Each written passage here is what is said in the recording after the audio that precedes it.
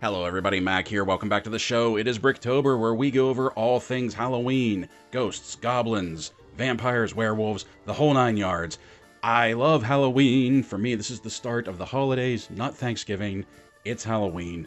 And today we are taking a look at the SDCC Exclusive Super 7 Cobra Battle Android Trooper. And I know what you're thinking. What does this have to do with Halloween? Well, come on. It's a bat.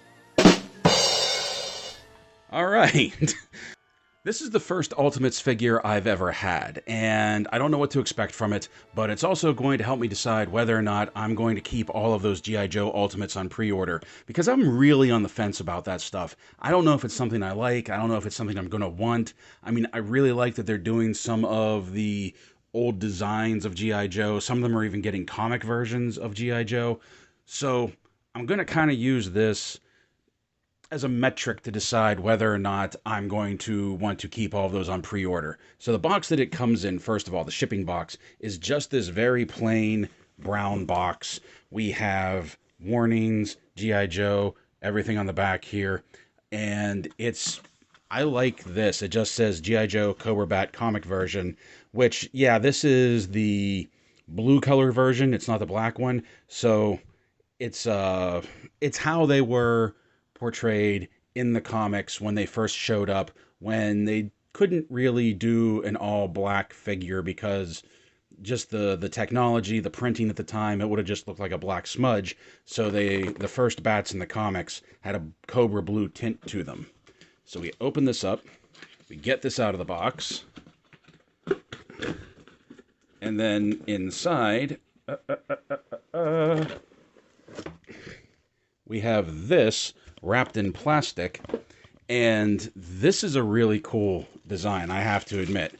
I really like this Cobra blue that they have going on, sort of this metallic to it, and the Cobra logo looks fantastic right here. So everything about this looks great. Now we take, well, on the back, you can sort of see it just has G.I. Joe in that metallic. I like the scuffing, the damaging that they have on here. And then the slip cover comes off. And there we have it. And I'm seeing it for the first time, along with you, that there's a lot of accessories going on in here. And I like that. I wasn't expecting the rifle. I knew the pistol came with the bats. I wasn't expecting the rifle. Battle damaged head. That blue coloring, G.I. Joe across the top. We got that, we have that explosion look going on the inside. I really like that. So, without further ado, let's just get him out of the box here. And I don't know if you noticed that, but it kind of has like a dog tag look on the bottom here for the Cobra B.A.T Battle Android Trooper. Now, without further ado, let's get him out of the box and let's take a look at the San Diego Comic-Con 2022 exclusive Super 7 Cobra B.A.T.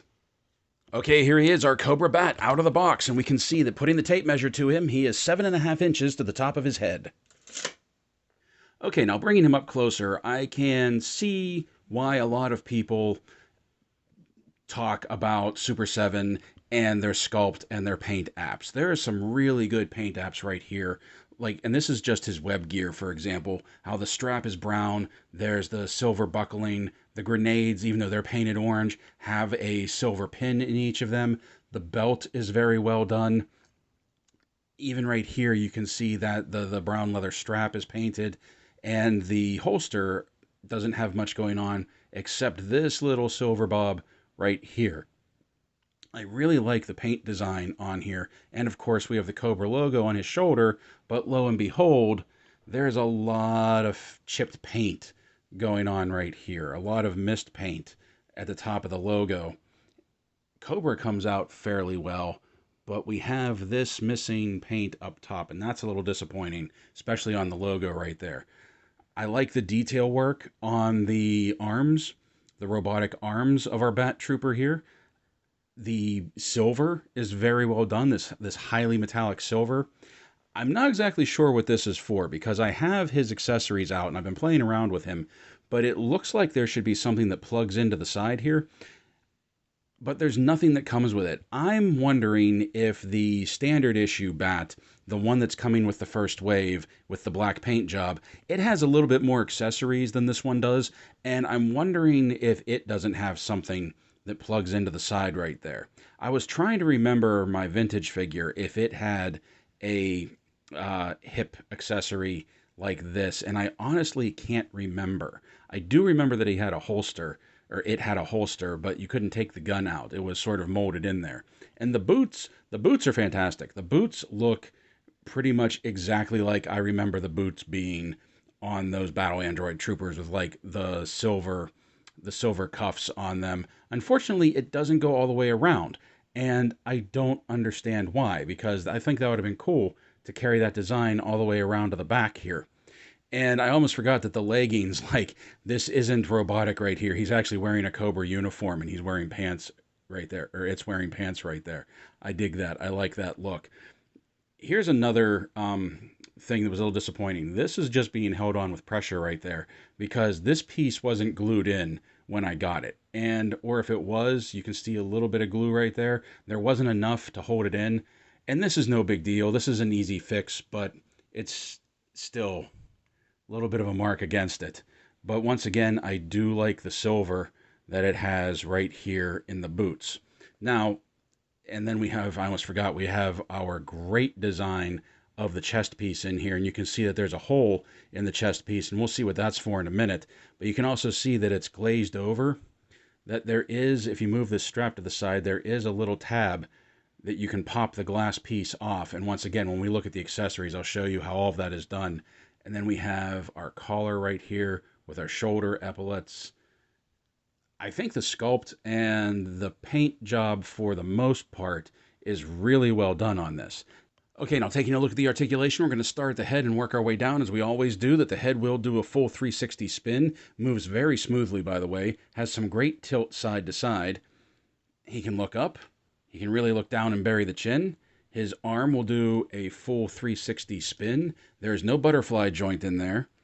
It can do up to 90, and I think this might be why the paint is chipping off of the Cobra logo, because this is a hard plastic right here, and to get, see that? To get it underneath there, it kind of slides under there, and I think that's why the paint is peeling away already on our Cobra logo. He has a bicep swivel. He has single jointed elbows that come up not to 90. His wrists pivot, and these fists move in and out. And he comes with a variety of fists, but it's, or a variety of hands. And it's worth noting that his weapon wielding hands do pivot up and down. So the fists in and out, weapon wielding up and down. Now we come to the waist, that he does have a waist articulation, a waist twist, and we can see that the shoulder strap here is actually attached to the main torso, so that when you spin it, there's no hindrance with it. Plus, he can crank back, not a whole lot. He can crank forward, not a whole lot. And side to side, not a whole lot. But so anything that you move is going to have to be mostly at the hips for back and forth. The twist is good. There's no side to side, which is disappointing. I thought this was going to be a ball joint, but it's more like a, well, he does, I don't know, it's weird. He can go back a little bit. He can go forward not too much. I think this might actually be blocking him. And there's no side to side there. Now his legs are another issue, that because of the holster right here, it's attached to the belt and it's attached to his leg, that his leg will come up, but the holster is going to keep pulling it down. Also, the holster gets in the way when you try and bring the leg out to the side, because if you look at this one over here, it can come up to there, and the leg can come up, and it doesn't really fall. But there's an issue with that, with these hips, and we'll show you that in a second. He has the hidden hip joint, just like the McFarlane figures do. Single jointed knees that come to there. Boot cut. Ankles rock back, way back. Ankles rock forward, not so much. And we have a forward facing pin for some rocker. But what I want to show you is the legs are very loose. And when I was trying to stand him up, it was a problem that sometimes when I would set him down and try and stand him, he would want to fall forward. Of course, he's going to make a liar out of me right now. He would want to fall forward or want to fall back because he's just too loose on these hips. And let's see, his boot pouch came off again. But he was a little loose in the hips that when I first started playing around with him, he wanted to fall forward. So, I mean, that's a little disappointing, and I feel like that's only going to get worse with time. So, I don't know. I don't know. I didn't notice this the first time I was playing around with him because he has this bicep swivel right here, but I also discovered that he has a hinge and swivel at the elbow for extra articulation. Swivel at the bicep, swivel at the elbow. So, there's another point of articulation. Looking at accessories, the bat comes with a second head sculpt that will get a little bit of battle damage from this. Now, unlike the general release one that's coming with Wave 1, that's not an accessory hole, because I think on the general release one, there's going to be a hole right there, and you can put some damage blast effects in there. But to swap the head out, you just pop that one off. It comes off very easy. You can see there's a dumbbell joint in there. And then the battle damaged one fits on nicely, and there you go. You got a one-eyed bat. Out of the packaging, you can see that our bat comes with a pair of clenched fists, and note the smooth backhand. That will be a factor when we take a look at something else. He also comes with a pair of trigger hands. He comes with a second pair of trigger hands that at first I couldn't figure out what the difference was between these and the other ones, but you'll notice that these have more of a mechanical sort of Terminator texture going on the backhand of them. And I'm not really sure to what end, why they did that, but we have them. And finally, he comes with a pair of these Grabby Hands with a smooth backhand, and I'm not really sure what these are for. Like, they're kind of grippy, kind of grappling, maybe holding the barrel of the assault rifle, of the submachine gun that we'll take a look at in a second. Also looks like it's about to give you the bird.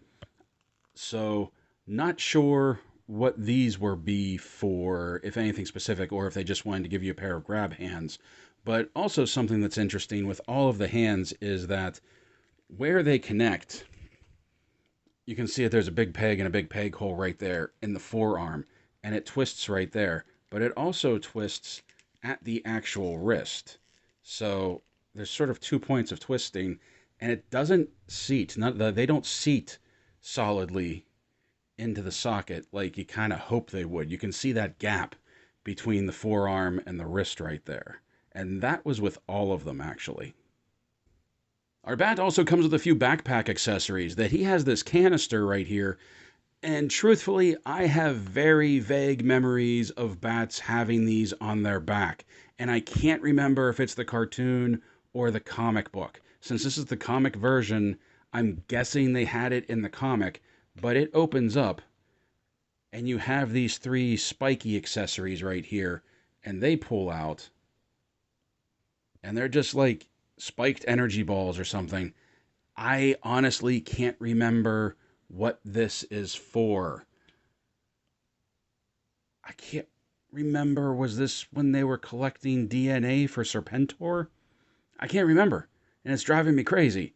If you know what this is for, please, by all means, leave a comment down below. Now, unlike the G.I. Joe figures of old, there's no Pagan Peg Hole. You can see that they have these pegs right here on these L braces, and the bat has these peg holes on his shoulders, and they clip in like that, and so it just sort of hangs off of his shoulders right there.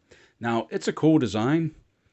It doesn't sit solid to his back, to the bat's back, which I think might be a bit of a mistake. I don't know. I feel like that's going to be like one of the first points of breakage for this figure is in these L brackets right here, because while the figure itself feels like a fairly solid piece of plastic, some of the accessories not so much. Like this feels very brittle right here, and it kind of worries me every time I put the backpack on and off. And speaking of backpack, of course, we have the Bat's standard backpack that all of his arm accessories will go into once we take a look at those. And it's the same thing. It has these fairly brittle feeling L brackets that just clip into his shoulder slots right there. And you almost kind of got to stretch. You see how they're not going straight in? They're kind of bowing out. This sits a little closer to his back, but doesn't actually sit on the back. I don't know. I'm kind of iffy about that design. It just feels like this is the first thing that's going to break on him. And that's not a good feeling. And if we're going to have that backpack, of course, we're going to have the accessories that go in it. We have the claw, which I like that they modified the claw a little bit, that instead of just a claw, it sort of has this blade on the back of it right there, so you could use it for like a chopping or a slashing weapon as well. And then he has his blowtorch right here, that I think is a fairly decent design, fairly accurate to the original vintage figure. I like that. That looks cool. Like this would be the pilot, and then blowtorch. And then this one, that when I was a kid, I thought this was a laser, and it has a little bit of a hole in the tip there. But the more I look at it now in the larger size, was this supposed to be a drill bit? Because let me show you how these go on. They just plug right in to where the hands go. So when you put this on, you can see that there's kind of like a drill bit spin to it. So I don't know if this is supposed to be a drill bit, or it's bent, it looks like. Or if it is the laser pistol. I mean, I guess you could use it as either one, but looking at it in this embiggened form, it definitely looks like maybe this should have been a drill bit to there. And what else is cool about this is because he has interchangeable hands, the Bat has interchangeable hands, you can actually put accessories on both hands. Oh, see that backpack is popping off. Ugh. You can put accessories on both hands. So that's really cool. I like that. I have Hasbro bats. I have them downstairs. I haven't opened them yet. So I honestly don't know if the classified bats can do this. I should have opened them before now so that I could just do a comparison between this and the classified ones. Now, let's pop these off. You take these accessories off. Of course, they're made to fit into the backpack. Let's put his fists back on him. And his boot pouch fell off again. We're just going to leave that off for now. So you can see that while I was playing around with him, the backpack kept shifting. I really don't. As a matter of fact, I'm going to take this off before I put these pieces in. That you can see there's 3 holes down in there, and these just fit in fairly well. They fit in tight, but they're not impossible to get in or get out. And there he has all of his accoutrements, and then that just goes right on the back there. Oh, that makes me so nervous. I'm not digging the backpack so far. That's like the one big thing that I'm like, So he looks cool wearing it, though. I'm not going to lie about that. Like, I'm definitely getting like that nostalgic 80s vibe of the Bat with all of his gear on his back, and that looks really cool. And then for other accessories, he comes with a pair of handguns, which he has this one right here that is either a very small single shot pew pew gun, or this is supposed to be in the vein of the cartoon where it's sort of like a small blaster pistol. And it is small. First of all, before I put it in his hand, I do really like the sculpt and the paint deco on here. I don't even think it's a paint deco. I think it was just molded in this very highly metallic silver plastic. And I like the little bit of sparkle that it has going on to it. And I think this is a really cool piece. And to put it in his hand, you just push, and twist. And there it fits really well. But you see what I mean? Like, it looks a little small in his hand. But it does look good. It fits him. It suits him. Little laser pistol for a robot. I like that. And then you can take this out, and it does fit in this holster very well. That the holster is a little cavernous. It wasn't made specifically for this weapon, but it fits in there perfectly. And then it has this small tab. Oh, get in there. That sometimes it goes in and sometimes it doesn't. You can see that it's a very small I don't even know if you can see that. It's a very small clip in there. Fits in there. It's not like the Flash Gordon ones where you had a sizable peg to slip in there. But you can get it down in... no, you can't. You can get it on there, and it will get on there. Okay, there we go. So I don't plan on it staying there for very long, though. It's probably going to pop off. But there he can holster that and have all of his gear on his back, so that's cool. Another accessory that he has is this submachine gun right here that I don't think is a copy of anything. Even though it looks like a Heckler & Koch, I don't think it actually is an H&K. I think it's just something generic that they came up with to look like a non-copyright infringing piece of artillery. And once again, I really like this silver, this sparkly silver that they molded it in. Mine's a little bent. And the clip is too, holy cow.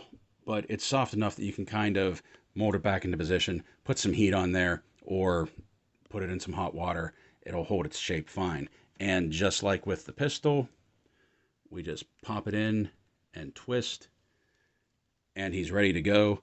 And being a robot trooper, I can totally believe that he could fire this one-handed, which he's kind of has to, because you can't get a good two-handed pose out of him. He's not able to cradle the barrel. He's not able to get both hands on it unless it's down low, and even then it's just a little bit. So that's what I mean, man.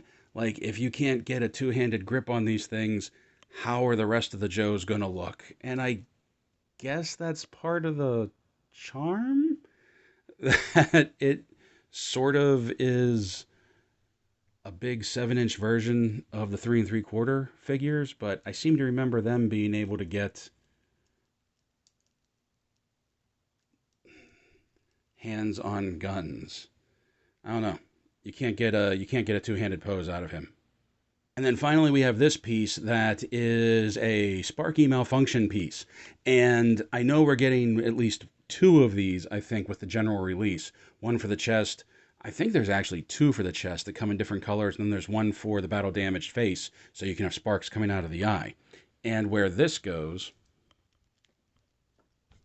is we bring our bat back in, we move that shoulder strap to the side, and then we can pop the plastic piece out, and it just hit the floor. And then with this really long peg, we can just push it into his chest. Whoop, come on. We can push it into his chest, and we get sparkage, which it doesn't look bad. It's a nice effect. I would have liked this to have been in red, because I feel like the yellow is kind of getting lost in this color scheme right here, and I think red would have stood out better. And I think the one that comes with the general release BAT is going to be red as well. So, but this is a cool touch. I like this. Now for size comparisons, here he is with the Hasbro G.I. Joe Classified Series Cobra Trooper and Cobra Commander. Like I said, I wish I would have opened up those classified bats so that I could have a comparison with those as well. But I don't know, even if I don't get another Ultimates figure for the Joe line, that could be like a Cobra Super Bat or something, which is totally something they would do.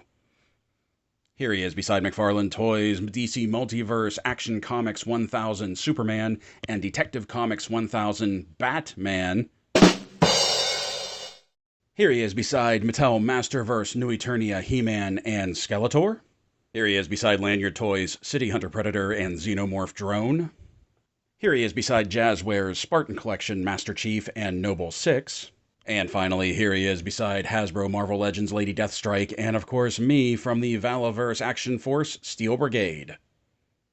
So I get why Super 7 has their fan base. I get why Super 7 has their devotees that just consume anything Ultimates that comes out. I understand that. It is definitely something that is popular in the toy collecting community. Truthfully, I feel like a lot of that is coming off of the love from Masters of the Universe Classics, and Super 7 has kind of been riding that wave ever since. Because while I don't fault people enjoying these figures, playing around with this bat, I'm not any more enthused about the idea of getting the Wave 1 of the G.I. Joe Ultimates, Wave 2 of the G.I. Joe Ultimates. I still don't know if I want to spend the money to get them, even after getting my hands on this figure, and that's definitely not what I was expecting. I thought, for everything that I've heard about the Ultimates, that once I got my hands on this, I'd be like, oh yeah, this is totally worth it. I get it. I understand. I'm all in. Let's get them. But truthfully, it has the limited articulation, which I know that's a staple of the Ultimates. It's one of the things that gives it its charm. I understand that. But it has the limited articulation. It has the chipped paint. The boot piece came unglued. And a lot of these things, in and of themselves, I wouldn't have a problem with on a figure because, hey, we tend to expect stuff like that with action figures. The thing about this is a $55 figure. I spent $55 on this, and I feel like that despite all of the accessories that came with it, I got less of a figure than I do with McFarlane's 7-inch figures, and I'm only spending $20 to $25 on those. I know people are going to tell me Super 7's not as big as McFarlane toys, they don't have as wide distribution. I get that. I totally get that. But it still doesn't change the fact that I spent $55 on a figure that I'm not particularly enthusiastic about, and I'll tell you why. The paint chipping is one thing. The boot pouch coming unglued is another thing. The wrists not forming a tight seal with the forearms, there's that. Both backpacks feel brittle, and I feel like they're going to snap and break at some point if I play around with them too much. So much to the point that, like, a lot of times when I was posing them for the pictures, I considered just taking the backpack off when I was playing around with it because I was legitimately worried those were going to snap. I don't know. I just feel like I have to be delicate with this at some point, and I shouldn't feel like that with a $55 figure. And I can't get past that limited articulation because now I'm like, I had some of the Bruce Lee Ultimates on pre-order, but now I'm like, what good's it going to be if I can't get him into, like, really decent fighting poses? I mean, it's Bruce Lee. You want him to get down into those low crouching poses. You want him to get into those really tight fighting poses. And I feel like that's just not going to happen with the articulation that the Ultimates comes with. Not being able to get a two-handed grip on his weapon, that's another big one. Not just for this one, but looking forward down the line for the rest of the Ultimates figures. The Joes with their rifles, Baroness with her big sniper rifle. I think she comes with it. I can't remember. But, I don't know. That whole thing just, it's making me uneasy about whether or not I want to invest in this line. If the figures weren't $55, I don't think it would be as big of a deal. If they were $25 to $30, maybe even $35 each, I might be able to go in with that. But at $55, I keep coming back to that price tag, and it's like, I don't know, man. I don't know. Like, Wave 1 for 4 figures is over $200. And I feel like that if you order all 4 together, you should have gotten some kind of discount on that. I know you get a lot of accessories with it, but my take has always been, how many of these accessories can you actually display with it at any given time? Like what I have set up right now, there's a decent amount shown on here, but there's still like 4 pairs of hands, a battle damaged effect, a battle damaged head, and a completely second backpack that is just going to be collecting dust. I don't know. Let me know what you think about the Ultimates, because I've heard both sides of it. I hear people love them, and I've heard people say that it's not worth the money. There's very little in between on them, and I feel like I'm in between, and eventually I'm going to drift one way or the other. So let me know what you think. Do you have any Ultimates? How many people out there actually collect them? And yeah, I don't know at this point, because I just don't feel... The bottom line is I just don't feel this guy's worth it. That's all there is to it. And that's just my opinion. If you get the Ultimates and you like them, cool. Go with it. I'm glad people will enjoy these. I just don't think they're for me. So, hopefully in the next video we will be looking at something that is more me. So until then, my friends, play well, stay safe, stay healthy, And as always, thank you for watching.